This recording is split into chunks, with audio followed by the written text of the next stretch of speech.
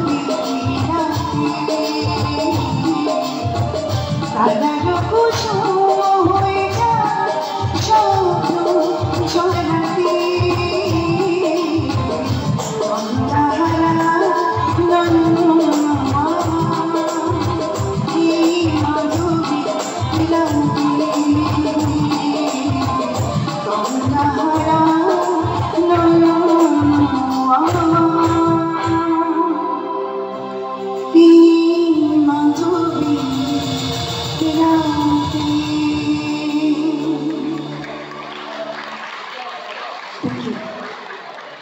Thank you.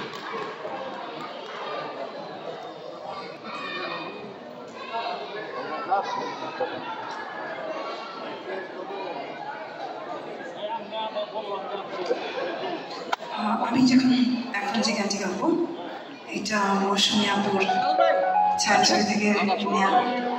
আমার জীবনে আমি প্রথম হলে গিয়ে সিনেমা হলে গিয়ে ছবি দেখি কেমন থেকে কেমন, খুব পছন্দের ছবি। মৌসুমী আপুর গান শুনতে আমরা বড় হয়েছি। সো এই গানটি আমি গাওয়ার চেষ্টা করছি।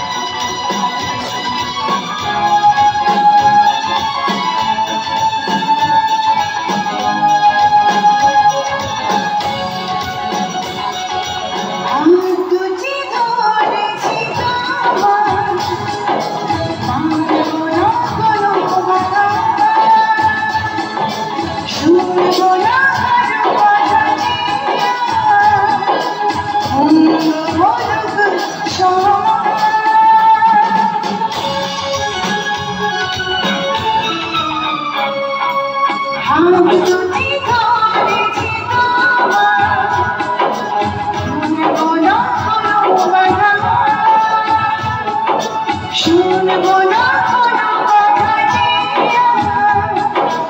অন্ধ করুক সময়